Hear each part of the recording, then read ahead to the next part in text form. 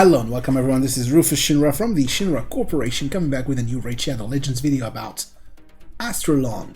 This is Astralon Fusion Week. I brought you a sneak peek to what this champion does a few days ago. Now I have used him, I think 2 or 3 days ago. I had time to play around with him. I booked him, fully maxed him out so that we could test him to his full potential. So first of all, thank you very much for watching. If you want, you could maybe consider leaving a subscribe to the channel. It does help a lot. Alright, so before moving into the kit, just like to point out how cool he looks once more. The animations for him, breathing in and breathing out, his halo, his extra long sash, hence the nickname Extra Long, if you see what I mean. His base stats, which are completely awesome when it comes to attack, a little bit low on defense, but that's common with all nukers, decent HP, good speed. So we will talk about all of that good stuff and more, and yeah, so let's jump right into it. Okay, so Astralon, Sacred Order Nuka. As far as I'm concerned, he could have been on a faction of his own, the Angels basically, or the Angelic Beings, along with Cordial and a few others to come probably. So Sacred Order, Magic Affinity, Nuka.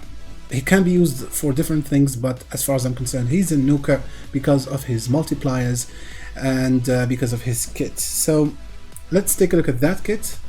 He's A1, where he attacks one enemy twice and has 30% chance, booking up to 50% chance of placing the big version of defense down. He has a variation of that, one where he teams out with Countess Lex for a team attack. That is, if you have Countess Lex as well, you can do a double attack, a joint attack with him. If you don't, he's still a very strong attack with very high multiplier, and that can do damage. That really can. That we will see throughout this video. His A2 also is awesome. He will ignore increased defense, strengthen, and ally protection, but beware that he is not ignoring defense. He ignores the buffs that improve defense. Basically all the defensive buffs he was going to ignore, but he will still not ignore defense naturally, which is why I elected to build him the way that I did, and we'll see that in a few moments. Also, on top of that, he has 2 added bonuses. The first being that he can revive a dead ally in case he kills an enemy, and he also places a shield buff on himself equal to 20% of his max HP, and also on the revived ally. So he places 2 shields, one of the revived ally and one on himself. That's cool, and the books go towards boosting his damage as well as reducing the cooldown to 3 turns. His A3, Light of Sanctity, by the way, coolest names ever. He removes all buffs from targets under Veil or Perfect Veil buffs. So if the target has a Veil or Perfect Veil and any other kind of buffs, he will strip everything completely. And he attacks all enemies on top of that with a big nuke attack, and also has a 75% chance of placing a stun debuff on all enemies for 1 turn. So here one thing to note is that the stun and the buff removal are completely independent. If one happens, or if the target enemies don't have Veil or Perfect Veil on them, he will still attack and he will still try to place the stun on the enemies, which is 100% chance guaranteed to land, unless he weak hits against an opposite affinity, against force affinity. But even then he has a chance to place it, and there is also of course the random 3% chance of missing his buff. But again, once booked, this becomes 100% chance to place the stun, which in and of itself, even if this attack didn't hit hard, would be an awesome attack. But add on top of that the fact that he hits like a freaking truck. This makes him one of the best nukers in the game, as far as utility and as far as his kit. Then finally there is his A3, actually his passive, sorry, which is Emissary. He fills this champion's turn meter by 3% every time an ally is hit, so similar kind of to Molly Tankard, as when she it's actually the opposite of Molly Tankard's kit, because she will fill the team's turn meters, whereas this guy will have his own turn meter filled for every hit that his teammates get. He decreases incoming the damage by 25% if the attack is lower than this champion, and this is why I aim to build him with as high attack as I could, so that he will pretty much always get a guaranteed 25% damage decrease, allowing him to survive. So this is his kit. As you see, I fully booked him. It took me about 13 books, but we will talk about that towards the end of the video. Let's go to the build. So I built him in Savage as well as Cruel gear. The reason why is that he does ignore the defensive buffs as mentioned earlier, but he does not ignore defense naturally. So add in Savage set, which ignores, as you can see, 25% of the enemy defense, coupled with a Cruel set, which ignores an additional 5%. This will give him a chance to ignore pretty much all of the defense if you couple it with the mastery I gave him. So it gets close to 100%, not exactly 100. So I put him in attack percentage gloves with some nice crit rate and crit damage. I put him in an attack chest, of course, with again nice substats. I put him in very special crit damage gloves, meaning that they have a high roll on accuracy. I figured I would still keep some accuracy on him, and it turned out to be actually very useful against waves in level 20 dungeons, surprisingly enough. Even if it's not the recommended 200, but still did the job pretty often. Crit rate on the shields, crit rate on the helmet, and on the weapons. So again, people might say that these are some pretty, let's say, high-end pieces of gear, but again, I'm not trying to showcase him for any specific area of the game, just trying to show the build that I did for him. And as far as I'm concerned, this build was pretty cool to play around with in different areas. So crit damage necklace with accuracy as well, attack ring and attack banner with some speed on it, and yeah, some speed with a pretty nice speed on it, so just to offset the fact that I don't have him in speed boots. And these are his general stats: 6,200 attack, 176 speed, 102 crit rate, 246 crit damage, and 179 accuracy. Here I could have gone for lower attack for faster speed, but for instance, in pretty much all the content I'll be running him today, I'll be pairing him with Arbiter or in Arena with double boosters to offset the low speed. If you don't have fast boosters, if you cannot afford to run him at low speed, then by all means try to work out higher speed on these stats, and it will be perfect for you, no worries. So yeah, this is the build for our Astralon, and now we will move on to the different PvE sections and we'll see him in action. Okay, so let's take him first through campaign. Here, this is brutal 12-3 and running him with 3 pieces of food. Granted, it's quality food, but as you will see, he hits hard enough and CCs hard enough to take care of the business. So his A2 basically deletes the whole first wave easy. His A2 also very strong single target damage. We saw maybe 136,000 on that Fellhound. And yeah, he can be used as a campaign farmer, although I wouldn't know if this would be your first choice. The gear to make that happen, although, is not, let's say, easy to access, but I could see him in a hybrid build with accuracy if you wanted to use him here, so that he could buy himself some time to then again come back and nuke while his abilities are on cooldown. Now, this is a little bit of a gimmicky run that I did on Nightmare. We had a lot of good RNG on our side thanks to the high quality food running, so double umbral will help throughout this run. So again, I wouldn't use him as a Nightmare campaign farmer necessarily, unless maybe you go with some masteries that will allow him to regain health, so it could be an option. But here, as you see, another thing that makes him a little bit slow as a farmer is that he will revive some of the food, which will both the animation as well as the fact that he's reviving the food will well, take a toll on your final clearing time. So now he's CC'd the whole way, no issues, with just 176 accuracy. So that's a cool thing to see. And then he keeps on reviving the Umbrals, which in turn will return the favor by CCing the waves and allowing him to survive, not to nuke that third wave. Okay, second CC, reviving another Umbral and finishing off the Fellhound. 2, move towards clearing out that third wave. Again, thanks to the CC buying enough time for him to revive and then clear the wave. So not necessarily the fastest 12-3 clear, and also not by any means a reliable nightmare campaign farmer, but he did it, at least with this specific food that I brought for him here. So, starting with Ice Golem 20, we're going to see how well our Astralon does against the Ice Golem with his positive affinity against the boss. I've run different variations of this team before, and it works like a charm. So, of course, it's not world record worthy, it's not a team that's meant to be a fast farming team by any means, but just take a look at the numbers. Deleting first wave, no problems. Moving on to the next wave. Of course, it's due to the boost from our boy Gerptuk, but still, the guy is no slouch with attack up, with defense down on the enemies. He has no problem deleting any waves he faces. Here we'll see if they get to put up their reflect damage, which might be a little bit of a problem for heavy damage dealers like Astralon, but no, they don't actually. Gerptuk is there.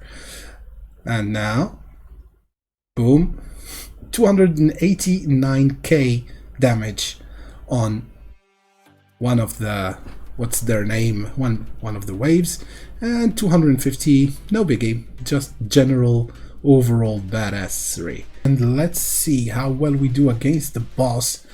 One thing that I should point here is that he does land his CC even at 179 accuracy, so here we'll probably kill one of these ads, but the second one, if he's still alive after Astralon nukes, we will probably see him land the CC. However, I doubt there will be anybody left, any one of those ads left after we nuke, given how hard he hits, and with the defense down a weekend, plus the attack up. Hey, he landed the stun. He didn't delete the ad, but he definitely landed the stun. It took a huge chunk of his life. So now, it's all a question of hopefully surviving. Boom, we blocked the revive, even though we triggered his counterattack with the big damage from Astralon, and we'll see. Still big numbers, 70-80k per hit on his A1 alone. Now without the Helm Smasher proc, we are at more like 30-40k, which is still not bad at all. Not the highest by any means in the game, but still up there. Double stun once more, stunning the ads. Now hopefully, if we get to close to 400k, 390k on a single hit. Man, that's beautiful to see. I love those numbers. Now, boom, we had all our defensive buffs up. So no worries on that front. Again, one stun out of two. Maybe we proc the 3% resist.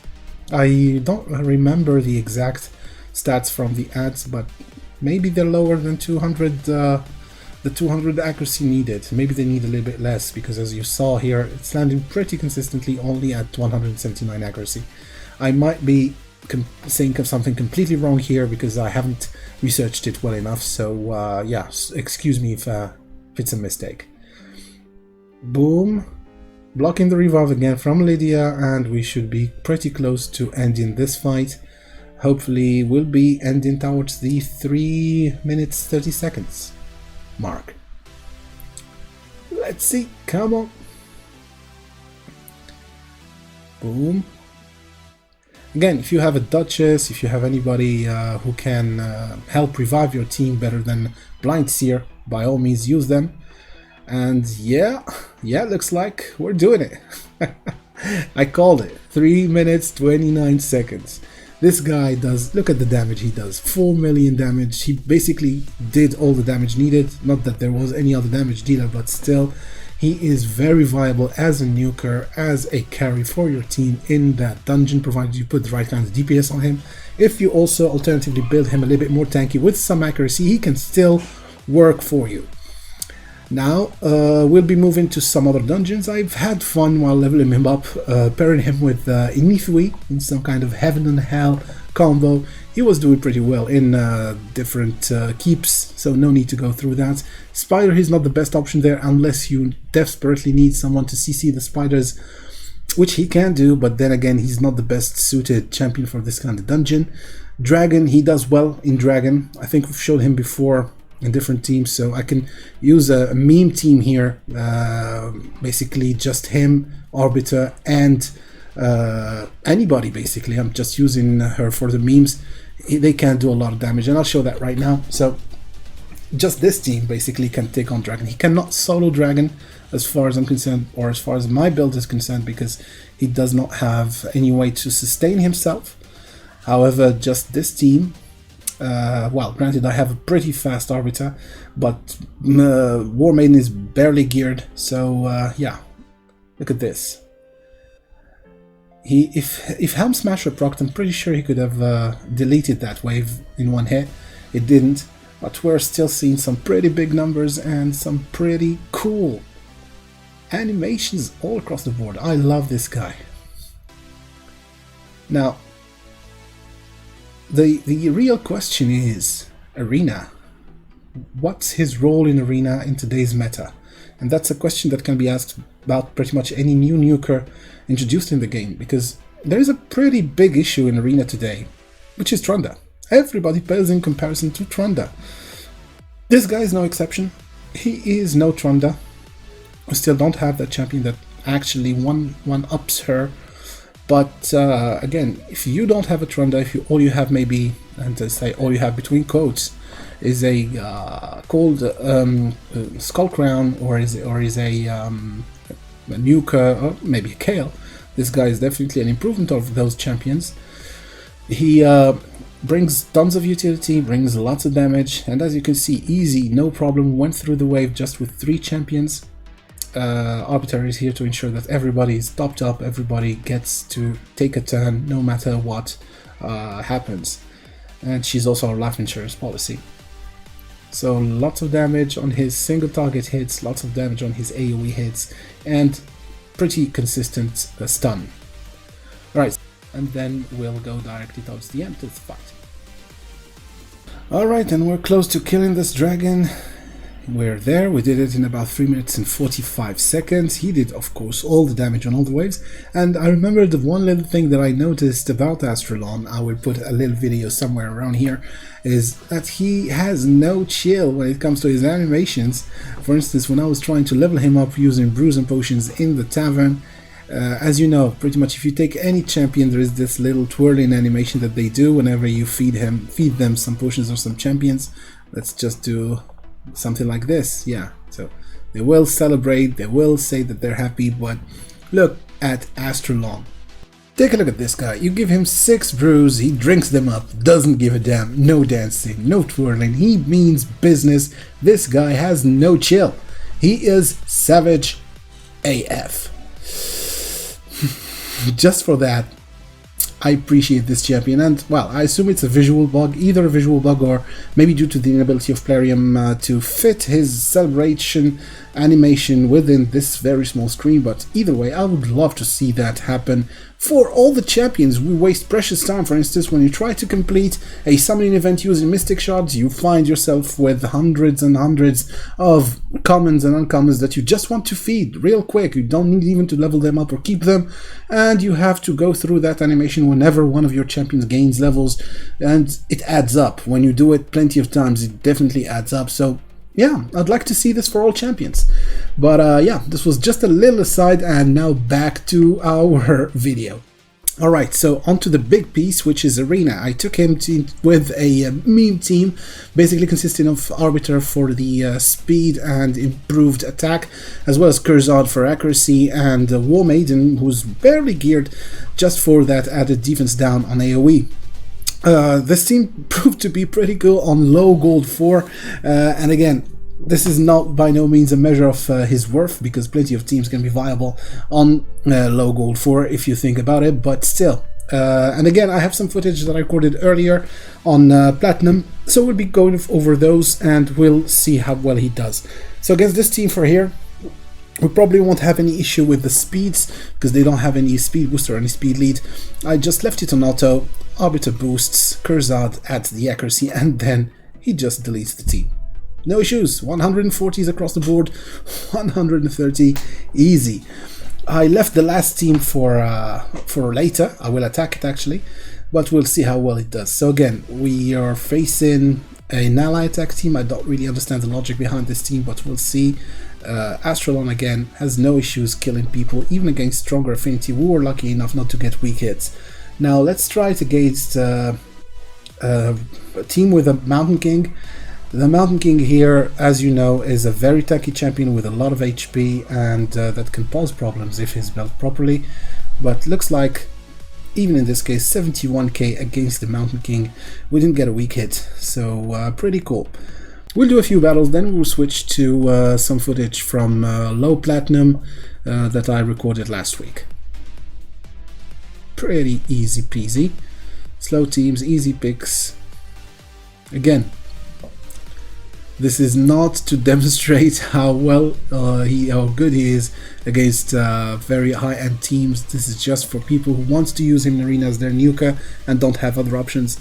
As you can see, he can do the job as well as any other nuker.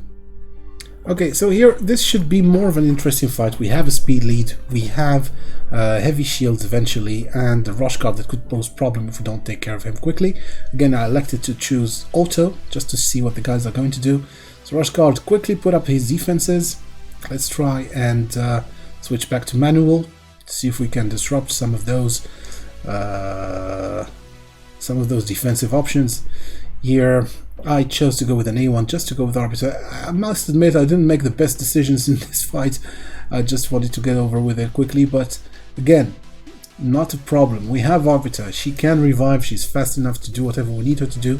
I didn't want to risk wasting a revive here, so we'll play a little bit on the edge and hope that we don't get CC too much. Now Arbiter has all of her main attacks off cooldown. I don't know why I didn't revive. Yeah, maybe I wanted Mountain King to kill somebody. Oof, one shot in that rush guard, easy. And now we'll put it on auto since Arbiter will be doing all the resin that we need. I think that it's game over once he does his AoE. It's probably game over. Yep. Mountain King, who didn't die, still got CC'd because probably has low res, and from here on it's just road to one hit attack, and as a bonus he revives the Kurzad. Now this is a battle against the Duchess team. Let's see how well we do. So I'm not sure that they will survive long enough for us to see the veil removal, but might be wrong. I don't remember exactly how the fight went, so let's see. Boom, bye bye. So enough with the gold 4 fights. Let's try and see some higher level arena from earlier. Okay, so this is a fight in platinum that we've had before, and I'm going in with a team of double boosters into Valkyrie, which will give us additional speed, and Astralon as a nuker. So let's see how it goes. So normally it should start as usual with boosted to boost.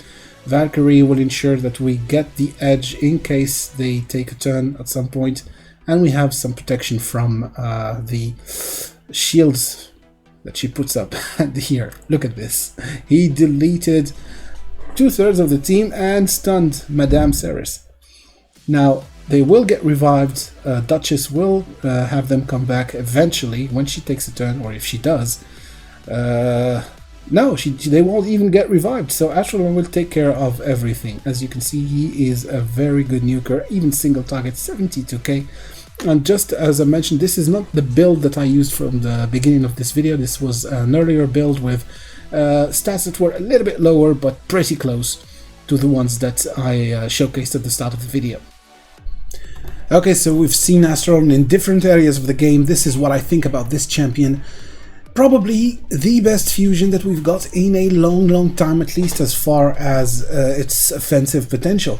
He can nuke, he can CC waves, he can be a very viable counter to Duchess and to Veil meta in general.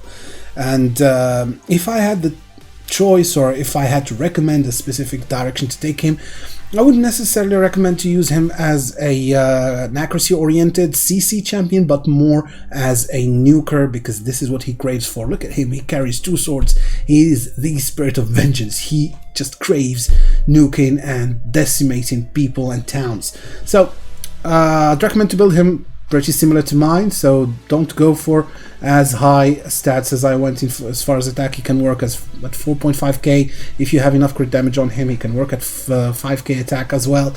For speed, of course, you want him to be speed tuned if you want to use him in arena with your boosters. If you're running double boosters that are pretty fast as me, you can afford to get away with low speeds. However, if you don't feel pressured to use attack boots, just go with speed boosts or with sets that will increase your general speed. So with that said, there's also the information about his books. He takes, as I said before, maybe I've said, maybe I didn't, about 13 books to fully book, which is not high. It's not certainly not low, but still within the medium category when it comes to the amount of books he consumes and for the value that you get out of booking him. Basically, if you take a look at all the books, there is damage here, there's debuff chance for his A1, same thing for his A2 and his A3. If you could book just one attack, go for the A3, but again, if you want to fully book him, do it if you don't have any other stronger option as far as nuking goes. So, in conclusion, I would say that this actually was a fusion that I had fun fusing, and it's a champion that I will be using in different areas of the game. So tell me what you think in the comment section. Did you go for Astralon? And if you have, what kind of build do you think you're going to have him be in? Are you going to focus more on accuracy or more on DPS? So you can leave all that in the comment section below. And if you haven't, please leave a subscribe and a like. We are growing. Actually, since my last couple of videos, I've grown like 50 subscribers, which is huge, and we're inching a little bit towards that 1000 so that I could be a part of the Plarium Official Content Creators program. That would allow me to bring you more videos and to have more resources to build those champions for you. So with that said, thank you very much for watching. This has been Rufus Shinra, and I will see you in the next video. Cheers!